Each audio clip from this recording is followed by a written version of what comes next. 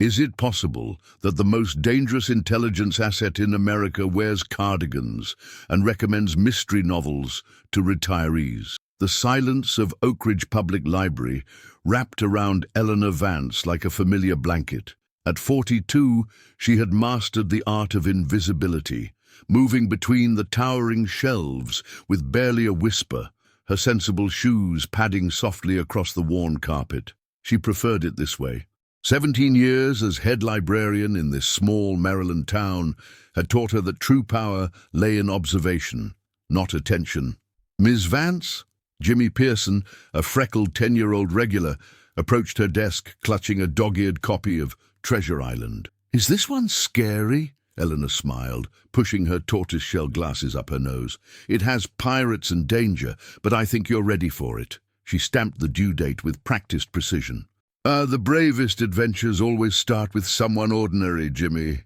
If only the boy knew how she clung to those words herself. The library emptied as closing time approached. Rain pattered against the tall windows, casting rippling shadows across the reference section. Eleanor locked the returns box and powered down her computer, her mind already drifting to the cup of chamomile tea and mystery novel waiting at her small apartment. The sharp ring of the phone shattered the silence. "Oak Ridge Public Library, this is Eleanor." "Eleanor Vance?" The man's voice was clipped, authoritative, not a regular patron. "Yes, speaking." "This is Major Daniel Harlow, Department of Defense. I need to confirm, you're the Eleanor Vance who graduated from Georgetown University in 2002, specializing in Soviet-era literature and linguistic analysis." The cup of pencils on her desk suddenly seemed extraordinarily interesting. Eleanor focused on them, her heart hammering against her ribs.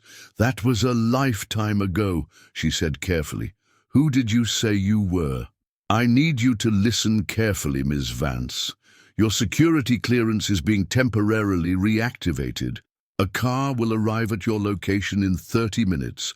Pack for 3 days. Tell no one." A laugh escaped her lips, high and unnatural.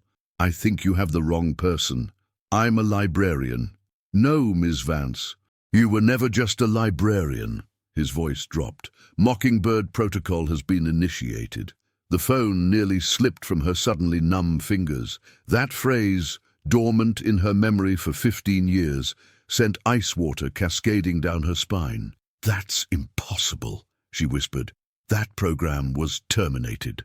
"Not terminated. Dormant." Papers shuffled on his end of the line. "We've intercepted communications using a pattern recognition algorithm that only you helped develop. The same patterns you identified in Grozny, the same signatures from Belgrade." Eleanor closed her eyes, fighting the vertigo that threatened to overwhelm her. The quiet life she had so carefully constructed, book clubs and community events, her cat Dostoevsky, the small garden behind her apartment, all of it suddenly felt like an elaborate stage set about to be dismantled. "He's dead," she said flatly. "I identified the body myself. We thought so too." "We were wrong." Major Harlow's voice softened almost imperceptibly. "Eleanor, civilians are at risk. American civilians. The signature is unmistakable." Rain lashed harder against the windows as thunder rumbled in the distance. Eleanor glanced at the security camera in the corner, a simple deterrent against book theft. Had it always felt like it was watching her specifically? 30 minutes, she repeated. "The car will have diplomatic plates. The driver will use your graduation date as confirmation.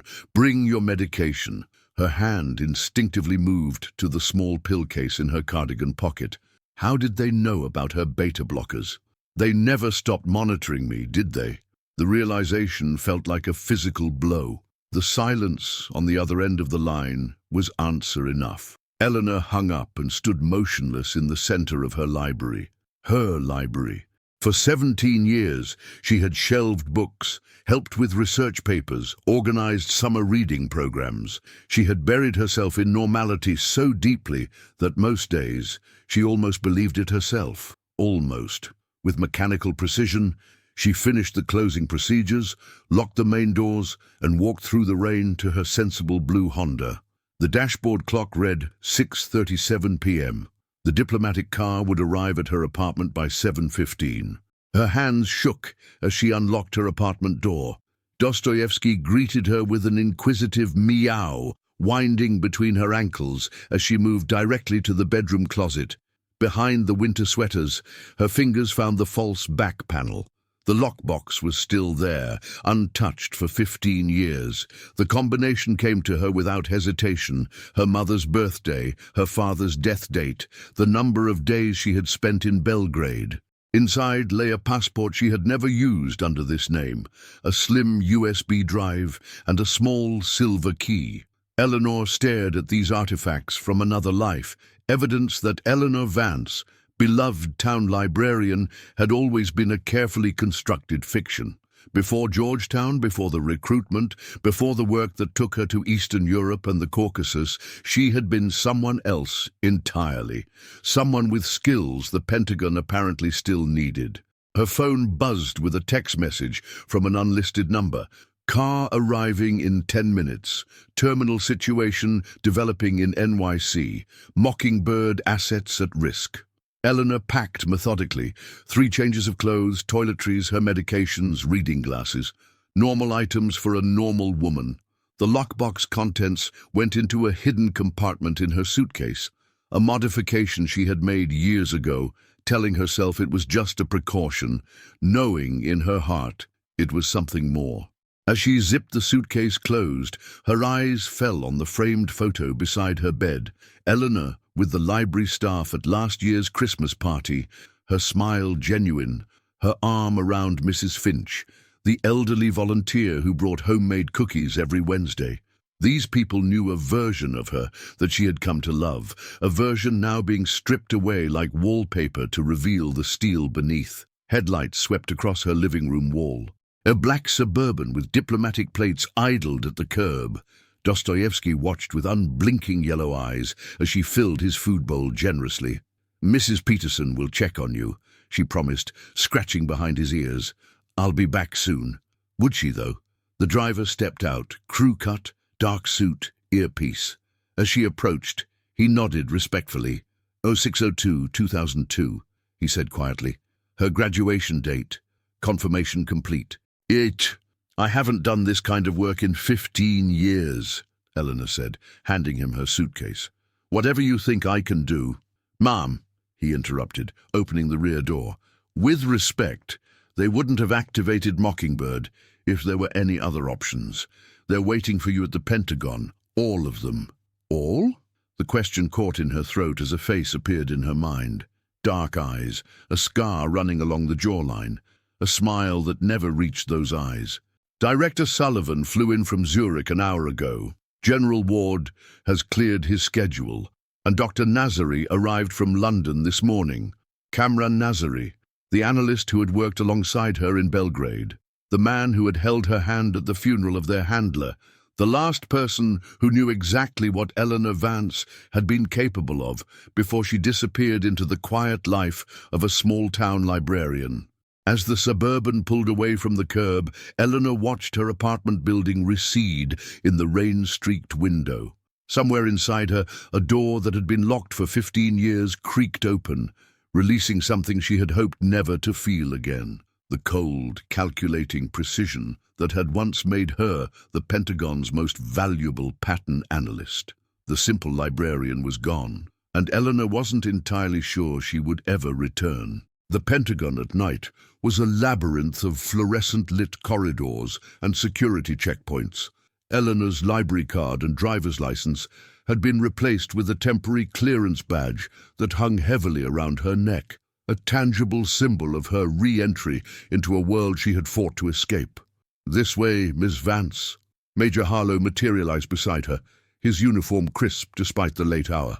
He guided her through a series of doors requiring biometric scans, each one leading them deeper into the building's secure heart. "You still haven't told me why I'm here," Eleanor said, struggling to match his brisk pace. "Because we needed to verify your identity first." He stopped at a nondescript door. "Some things shouldn't be discussed until we're certain." The conference room beyond was dominated by a long table, surrounded by grim-faced military and intelligence personnel. Digital displays covered the walls, showing maps, data streams, and surveillance footage. Eleanor immediately recognized the distinctive layout of New York City on the central screen. A tall man with silver at his temples stood as they entered. "Eleanor, thank you for coming." Director James Sullivan extended his hand, his grip firm, but his eyes wary. 15 years ago, he had been the one to sign off on her extraction from Belgrade, to approve her new identity and quiet relocation. Now, did I have a choice? She didn't take the offered seat. "We always have choices," came a voice from behind her, accented and familiar. "Some are just more difficult than others." Eleanor turned slowly. Dr. Kamran Nazari looked older, silver threading through his black hair, new lines around his eyes, but his gentle smile remained unchanged. For a moment, she was transported back to a different life. Late nights analyzing intercepted communications, his steady presence as they unraveled coded messages that would later save dozens of lives. Kamran. His name felt strange on her lips after so many years. "It's good to see you, Ellie." Only he had ever called her that. Director Sullivan cleared his throat.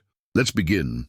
72 hours ago, our systems flagged communications using an encryption pattern we haven't seen since 2009. The room darkened as images appeared on screen. Security camera footage from what appeared to be a subway station, timestamps indicating it was from earlier that day.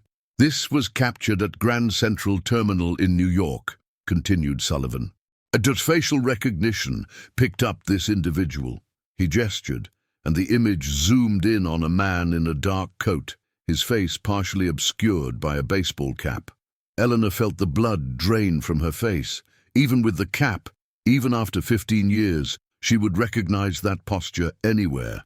The slight favoring of his left leg, the way he held his shoulders. "Viktor Orlov," she whispered. "Yes," Sullivan confirmed. "The man whose funeral you attended in 2009. Eleanor's legs suddenly felt weak. She sank into the nearest chair. "I identified his body. There was DNA confirmation." "The body in Belgrade was his brother Mikhail," Cameron said gently. "We discovered this only recently. The DNA was similar enough to fool our tests at the time." The implications crashed over Eleanor like a wave. If Viktor Orlov was alive, if he had been alive all these years, then everything she thought she had accomplished in Belgrade had been a lie. "Why now?" she managed. "Why resurface after all this time?" General Ward, a stern-faced woman with close-cropped grey hair, stepped forward. 3 days ago, a senior nuclear physicist disappeared from Lawrence Livermore National Laboratory. Dr. Howard Chen was working on miniaturization technology for our submarine fleet. Images appeared on screen. A bespectacled Asian-American man in his 50s, his ID badge photo, then security footage of him entering the facility but never leaving.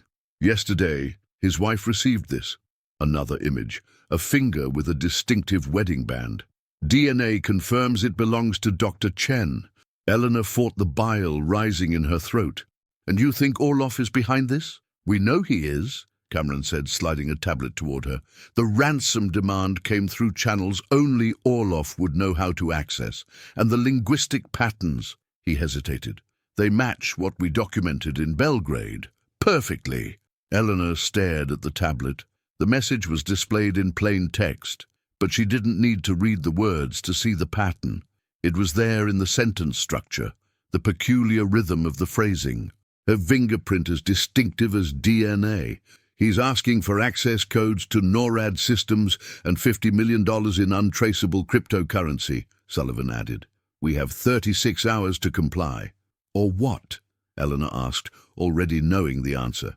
"Or Dr. Chen dies, and the package Orlov claims to have planted somewhere in Manhattan detonates." General Ward's voice was flat. "His description suggests a dirty bomb, with materials stolen from Livermore." The room fell silent as Eleanor processed this information. Her fingers moved unconsciously, tracing patterns on the conference table as her mind began to work in ways it hadn't in 15 years. "You don't need me to tell you this is a trap," she finally said. "Orlov doesn't want money or codes. He wants revenge." "Revenge against whom?" Sullivan asked. Against me. The certainty in her voice silenced the room.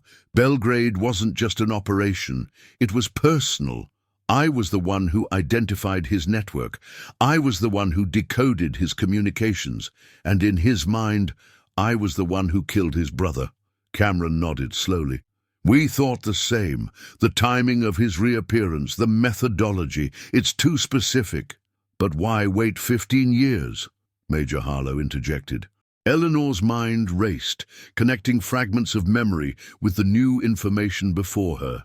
Because he needed something that wasn't available until now. She tapped Dr. Chen's image. Something this man was working on.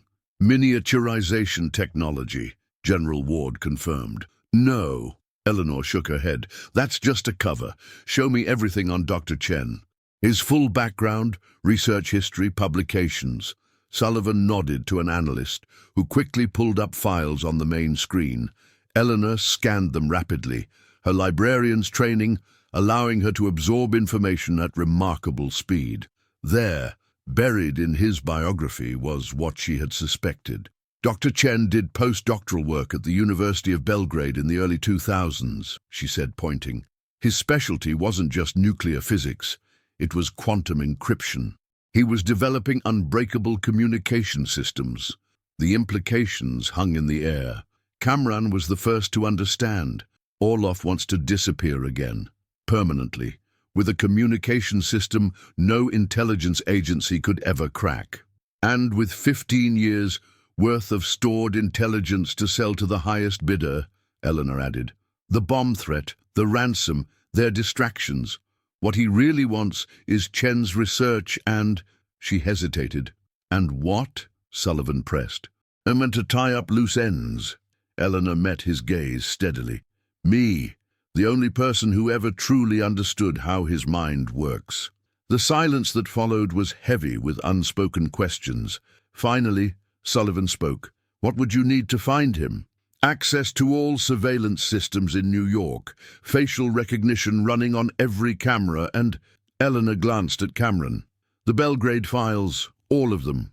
Sullivan exchanged looks with General Ward. Those files were sealed by presidential order. Then unseal them, Eleanor said flatly, or prepare to evacuate Manhattan.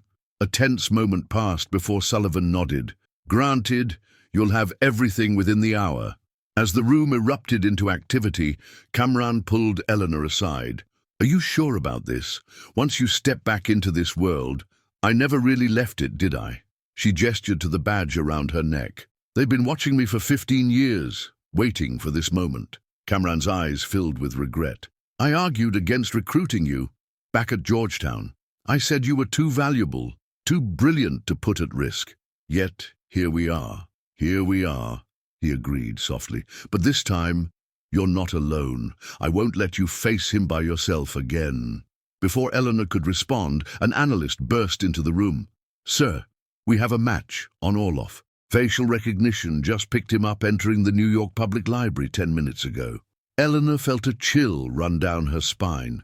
The library, of course.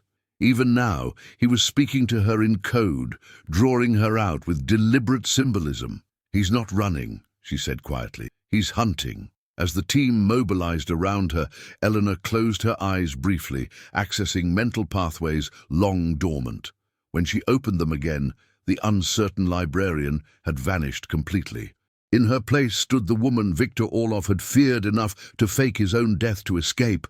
Get me on a helicopter to New York, she ordered, and someone find me a gun. The thundering rhythm of helicopter blades matched Eleanor's heartbeat as they approached Manhattan. Dawn painted the skyline in hues of orange and gold, the city's skyscrapers catching fire in the early light. Deceptively peaceful for a place potentially housing a dirty bomb. Eleanor studied the tablet in her lap, scrolling through surveillance images from the New York Public Library. Viktor Orlov had made no attempt to hide his face from the cameras. A calculated risk or supreme confidence? Perhaps both. He spent 12 minutes in the main reading room before exiting through a service entrance, Cameron explained, pointing to time-stamped footage. No backpack or package visible. He wouldn't need one, Eleanor replied. If he's planted anything, it was days ago. She enlarged an image, focusing on Orlov's hands. He's wearing the same ring. Cameron leaned closer. The Montenegrin silver. I remember. He would twist it when he was planning something particularly destructive. Eleanor's voice hardened. He's wearing it on his index finger now, not his ring finger. He's sending a message. To you. To us. The index finger is the pointing finger. He's telling us he knows we're watching. The helicopter descended onto a hastily cleared zone near Bryant Park. A tactical team in unmarked vehicles awaited them, along with FBI agents who looked distinctly unhappy about the Pentagon's sudden incursion into their jurisdiction. Agent Spencer, a stern-faced woman in a dark suit, introduced herself as they disembarked. Care to explain why my team was ordered to stand down on a potential WMD threat in my city? National security, Major Harlow replied curtly, guiding Eleanor and Cameron toward an SUV. We need their help, Eleanor interrupted, stopping to address Agent Spencer directly. Viktor Orlov isn't just another terrorist. He's spent 15 years planning this operation.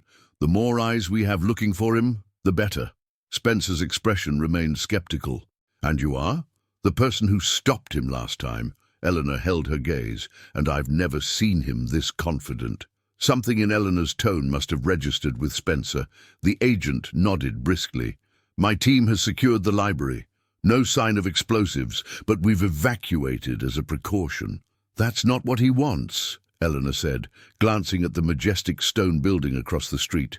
The library is just a message. For me, within minutes, they had established a command center in a nearby hotel suite. Maps of Manhattan covered one wall, surveillance feeds on another. Eleanor worked methodically, reviewing every frame of Orlov's library visit, while Cameron liaised with Pentagon analysts. There, she suddenly said, freezing a frame showing Orlov at a computer terminal. He's accessing the catalog system. Cameron leaned over her shoulder. Could he have planted malware? No, he's searching for something. Eleanor's fingers flew across the keyboard, accessing the library's digital records. Cross-reference this timestamp with the terminal usage logs. The search results appeared moments later. Eleanor stared at the screen, her face paling. He looked up a book on radiological dispersal devices, published in 2010. After his supposed death, Cameron noted. But that's not what matters. Eleanor pointed to the call number. Aye, this classification. It's from the Belgrade University Library System, not Dewey Decimal or Library of Congress. Cameron's eyes widened in understanding. He's using your old cipher. For a moment, Eleanor was transported back to 2009, to the system she had developed to communicate with assets in Belgrade. Library call numbers that translated to map coordinates, each digit and letter precisely calculated to identify meeting locations. It's an address, she said, already converting the numbers in her head. East 47th Street, near the UN. Major Harlow immediately relayed the information to tactical teams, while Agent Spencer deployed FBI personnel to secure the area. There's more, Eleanor added, studying the complete search record. He looked up 3 books, 3 locations. Decoys, Cameron suggested. No, Eleanor shook her head. Pieces of a puzzle. The second call number translates to Grand Central. And the third, she frowned. It's incomplete, like he was interrupted, or wanted us to work for it, Cameron said grimly. The phone rang, and Harlow answered, his expression darkening. Understood.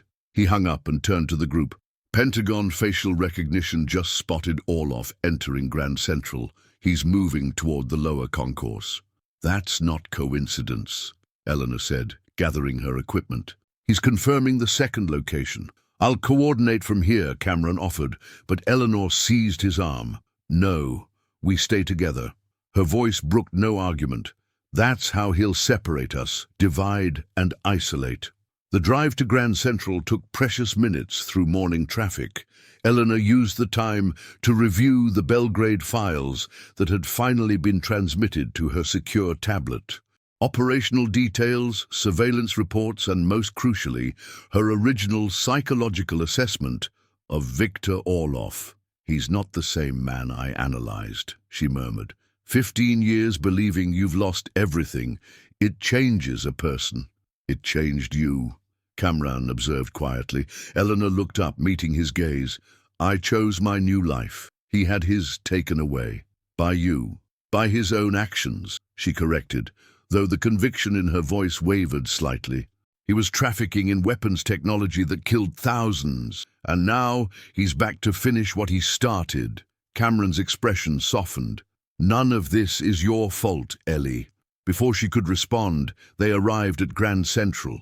The terminal had been subtly secured, plainclothes officers mingling with commuters, tactical teams positioned at exits, surveillance heightened. Eleanor moved purposefully through the main concourse, her eyes scanning faces, postures, anomalies. The grandeur of the celestial ceiling and marble floors was lost on her. She saw only angles, sightlines, potential threats. The lower concourse, she directed, heading toward the dining level. If I were planning something here, that's where I'd place it. They descended the wide staircase, Harlow and two agents close behind. The dining concourse bustled with morning commuters grabbing coffee and breakfast. Nothing seemed out of place. Until Eleanor spotted it, a maintenance worker wheeling a trash bin toward the service corridors, a worker with a slight limp favoring his left leg. There, she whispered, already moving. Northeast corner, maintenance uniform. As if sensing her gaze, the figure turned. For a fleeting moment, Eleanor locked eyes with Viktor Orlov across the crowded hall. A smile touched his lips, not the cold, calculating expression she remembered, but something almost tender, regretful. Then he was moving, disappearing through a service door. "Contact!" Harlow barked into his radio. "Northeast service corridor. All units converge." Eleanor sprinted after Orlov, dodging startled commuters. The service door was locked when she reached it, but a tactical officer quickly forced it open. Beyond lay a labyrinth of maintenance tunnels, dimly lit and echoing. "He knows these tunnels," Eleanor warned as they advanced, weapons drawn. "This is his territory now." They moved systematically through the narrow corridors, checking rooms and alcoves. The air grew warmer, humid with steam from nearby pipes. Eleanor felt perspiration beading along her hairline, her librarian's cardigan suddenly stifling in this underground maze. "Miss Vance?" a voice called from somewhere ahead, echoing eerily through the tunnels. Orlov's distinctive accent, once so familiar in her nightmares. "You look well for a woman who's been hiding among books for 15 years. Eleanor signaled for the others to hold position. "And you look remarkably alive for a dead man, Victor." A chuckle reverberated through the tunnels. "Death has its advantages. A clean slate, no one hunting you. Where's Dr. Chen?" she called, moving cautiously forward, following his voice. "Safe, for now." Something clattered to the floor ahead, a deliberate noise. "But this isn't about him, is it? This is about unfinished business, between old friends." Eleanor turned a corner and froze. A small device sat on the concrete floor, blinking lights, a digital timer counting down from 5 minutes. Beside it lay a photograph. Eleanor at her library, shelving books, completely unaware of the camera. "I've watched you, Eleanor," Orlov's voice continued, now seemingly from everywhere and nowhere. "Your quiet life, your routines, your beloved library, so peaceful, so boring. Did you ever miss it? The adrenaline, the purpose?" The tactical team's EOD specialist approached the device cautiously. "It's not a bomb," he reported after a tense examination. "It's a transmitter of some kind." Cameron knelt beside it. "GPS coordinates," he said, reading the display. "It's pointing us somewhere." "The third location," Eleanor realized. "He's completing the cipher." The coordinates resolved to a location in Lower Manhattan, the construction site of a new residential tower. As Eleanor stared at the map, the pieces suddenly aligned with terrible clarity. "That's where he's holding Dr. Chen," she said, her voice tight, "and where he's planted the real device." "How can you be sure?" Harlow demanded. Eleanor pointed to the photograph Orlov had left. "Look at the date stamp. This was taken yesterday, after the Pentagon contacted me. He's been one step ahead the entire time." She turned to Cameron, her eyes filled with grim certainty. "He knew they would reactivate Mockingbird. He wanted them to bring me here." It's a trap, Cameron concluded. Yes, Eleanor agreed, but not just for me. She glanced at her watch. The timer now showed 4:15 remaining. For anyone who gets in his way. As they raced back toward the surface, Eleanor's mind calculated trajectories and probabilities. Viktor Orlov hadn't just resurfaced to tie up loose ends or steal research. He was orchestrating something far more complex, a symphony of destruction with Eleanor as both audience and unwitting performer. And they had just entered the final movement. The construction site loomed against the midday sky, a skeleton of steel and concrete reaching toward the clouds. Police had established a perimeter, evacuating surrounding buildings with practiced efficiency that nonetheless couldn't fully mask the growing panic. Eleanor stood at the command post, studying blueprints spread across the hood of an FBI vehicle. The wind whipped her hair, now pulled back in a practical ponytail, her librarian's cardigan replaced by a tactical vest that felt both foreign and oddly familiar against her body. 37 floors, Agent Spencer explained, pointing to the plans. Construction crews were evacuated 20 minutes ago. Thermal imaging shows one heat signature on the 29th floor, presumably Dr. Chen, and a second signature on the roof, Cameron added, studying a tablet displaying real-time drone footage. Orlov. Eleanor traced the building's central support columns with her finger. If I were placing a dirty bomb for maximum structural damage, I'd put it here. She indicated the mechanical room on the 15th floor. It would compromise the entire eastern face of the building. EOD teams are conducting a floor-by-floor sweep, Harlow reported, but it's slow going. Too many hiding places. Eleanor shook her head, frustration evident in every line of her body. We don't have time for this. The transmitter in Grand Central was counting down to something. Her eyes returned to the drone footage, watching Orlov on the rooftop. He stood calmly at the edge, hands clasped behind his back, gazing out at the Manhattan skyline as if admiring the view. Waiting. He wants me up there, she said finally. That's been the plan all along. Absolutely not, Harlow objected immediately. We don't negotiate with terrorists, and we certainly don't deliver their targets to them. I'm not a negotiator, Eleanor replied, checking the sidearm they'd reluctantly issued her. I'm bait, but I'm also the only person who might be able to get him to reveal where the device is before it detonates. Cameron stepped close, his voice low and urgent. Ellie, you haven't done field work in 15 years. You were an analyst, not an operative. I was both, she corrected quietly. There's a lot about Belgrade that never made it into those classified files. Something in her tone silenced further objections. Eleanor turned to Spencer. I need a direct route to the roof. No tactical team, no visible backup. He'll detect them immediately. The service elevator on the west side, Spencer suggested reluctantly. It's being used by the construction crews. Goes straight to the top. I'll be monitoring from here, Cameron insisted. If anything seems off. Everything about this is off, Eleanor interrupted, a ghost of a smile touching her lips. But I appreciate the concern. As preparations were made, Eleanor took Cameron aside. If this goes wrong, if the device detonates, it won't, he insisted. If it does, she continued firmly, my cat, Dostoevsky, Mrs. Peterson next door has a key, but she's allergic. Cameron's expression softened. I'll take care of him, but you'll be doing that yourself once this is over. Eleanor nodded, not trusting herself to respond. Instead, she checked her equipment one final time. Earpiece, sidearm, bulletproof vest. The weight of the gun was strange after so many years. The last weapon she had held had been a stapler. The service elevator was a crude metal cage that groaned in protest as it climbed the unfinished tower. Eleanor stood perfectly still during the ascent, her mind methodically reviewing everything she knew about Viktor Orlov, his patterns, his preferences, his weaknesses. 15 years ago, his weakness had been his brother.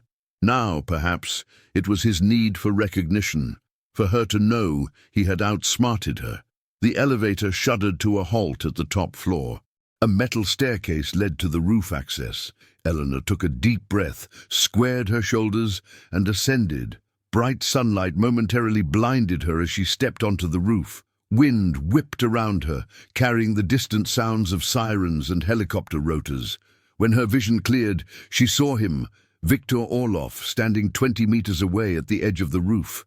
He looked older, of course, his once dark hair now silver at the temples, lines etched around his eyes. The scar along his jawline was more pronounced, but his posture remained ramrod straight. His eyes still held that peculiar intensity she remembered. Eleanor. He spoke her name like a prayer, his accent wrapping around the syllables.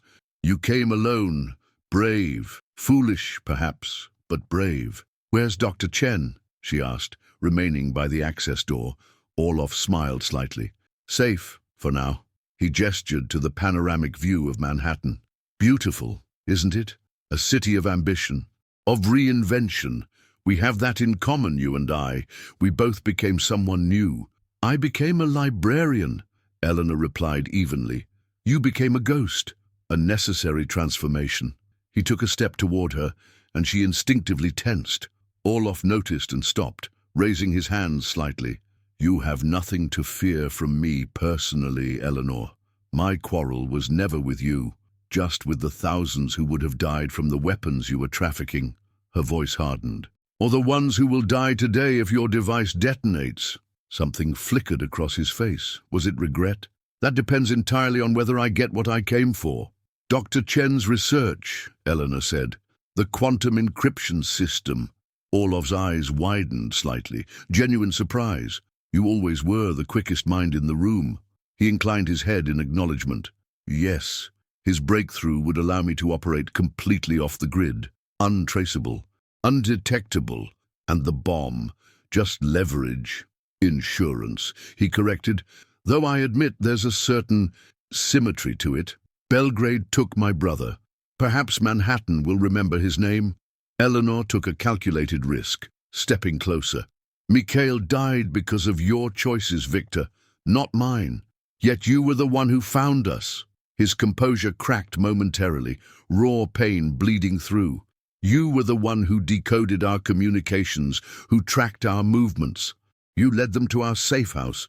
I was doing my job, Eleanor said quietly, just as you were doing yours. Orlov studied her face, his own expression unreadable. And now, what job brings the librarian back to the field? The same one, stopping you from hurting innocent people. He laughed, a short, harsh sound, still so righteous. Yet you thrived on it once, the chase, the analysis, the perfect moment of insight when a pattern emerged from chaos. Did shelving books ever give you that rush, Eleanor? The question struck closer to home than she cared to admit. There had been moments, late at night in her quiet apartment, when she had missed it, the intellectual challenge, the sense of purpose, the knowledge that her work mattered on a global scale. Where's the device, Viktor? She asked instead of answering. He smiled, consulting his watch. You have approximately 12 minutes to find out. In her earpiece, Kamran's voice was urgent. Eleanor, EOD teams have cleared 20 floors. Nothing yet. Eleanor maintained eye contact with Orlov. You said you wanted Chen's research, but that's not all, is it? You wanted me here. Why? Perhaps I missed our conversations. His tone was light, but his eyes remained cold. Or perhaps I needed to see if the woman who destroyed my life had found peace in hers. Understanding dawned on Eleanor with sudden, terrible clarity. There is no bomb. Orlov's expression didn't change. A bold conclusion. This was never about Manhattan, she continued, the pieces falling into place. It was about getting the Pentagon to reactivate Mockingbird. About drawing me out. You flatter yourself, he said, but there was something in his tone, a hint of admiration perhaps. Eleanor pressed her advantage. 15 years, Viktor.